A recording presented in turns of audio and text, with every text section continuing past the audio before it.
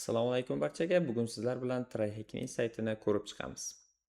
Bo'lmasa boshladik. Akkauntga kirib olamiz. TryHackMe saytidan o'tish oson. Emailingizni kiritasiz. Ya'ni Google akkauntingizni kiritganingizdan keyin username yozasiz va ro'yxatdan o'tasiz. Unchalik qiyin emas. Demak, birinchi kirgan vaqtingizda mana shu dashbord qismida bo'lasiz. Qaysidir yo'nalishda dars qilayotgan bo'lsangiz yoki darslar qilayotgan bo'lsangiz, mana shu joydan ko'rishingiz mumkin bo'ladi. Bu qismida akkauntingiz haqida ma'lumot beradi, qancha xonalarni ishlagansiz, nimalarni qilgansiz, haftalik topshiriqlarni ko'rsatib turadi. Asosiysi dashbord qismida shu. Keyin bu sayt bepul versiyasi ham bor, pullik versiyasi ham bor. Ya'ni odatiy holatda kirganingizda xonalar bor, ya'ni learning qismida. U xonalar qismida ya'ni darslar bor, bepul darslar ham bor, pullik darslar ham bor dedik. Ya'ni bepullarni ishlab chiqsangiz bo'ladi, pulligiga o'ta olmaysiz. Pulligiga o'tish uchun oylik yoki yillik tarifga ulanishingiz kerak bo'ladi. Oylik tarif menimcha $17 bo'ladi, ya'ni $16.99. Yillik tarifi esa $125 mi, $126 bo'ladi.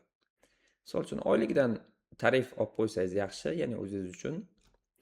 Bu learning qismida roadmap berilgan, ya'ni birinchi kiruvchilar uchun pre-security bo'limi va bo'limni tugatganingizdan keyin har bitta bo'limdan keyin sertifikatlar mavjud bo'ladi. Sertifikatini olishingiz mumkin bo'ladi, ya'ni imtihoni bo'ladi. 24 soat vaqt beradi sizga. O'sha vaqtning ichida imtihondan ishlab chiqib, javoblarni to'ldirib jo'natishingiz kerak bo'ladi. Misol uchun mana sertifikatimiz $58 bo'ladi. Ya'ni qilgandan keyin, to'lov qilgandan keyin imtihon ochiladi. Vaqt 24 soat beriladi, onlayn bo'ladi va pre-security mavzulari bo'yicha. Misol uchun mavzularni ko'rib chiqamiz. Pre-security qanday mavzular bor?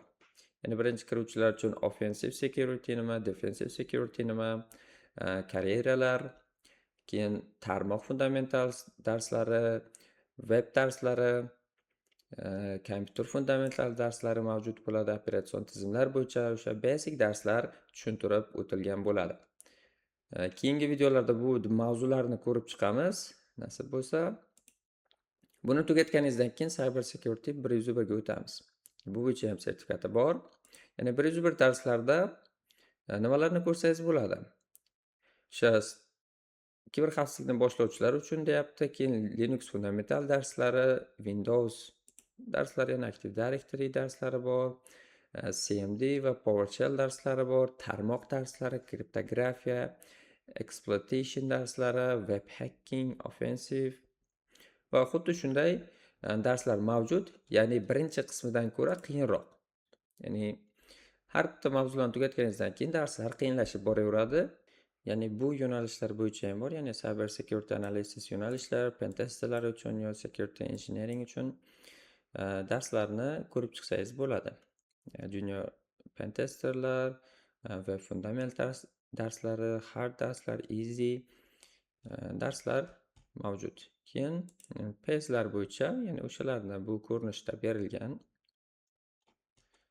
Va modul qismida o'sha PES darslarimiz bor-ku, mana bu roadmapga berilgan. Ya'ni yo'nalishlar bo'yicha. Ana shular alohida berib chiqilgan bu yerda darslarni siz bitta kirib turib o'qisangiz ham bo'ladi. Ya'ni faqatgina men yo'nalish bo'yicha ketmayman, faqat bitta dars yoki kerakli darslarni o'qishingiz mumkin bo'ladi bu yerga. Va qiyinchiliklari bo'yicha, statuslar bo'yicha o'zlaringizga moslashtirib olasiz.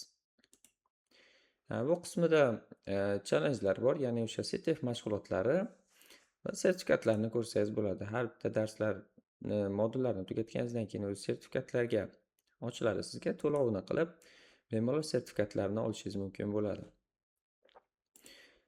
Keyingi videolarimizda pre-securitydan boshlaymiz, ya'ni qadamma-qadam har bitta mavzularni o'qib, o'rganib boramiz.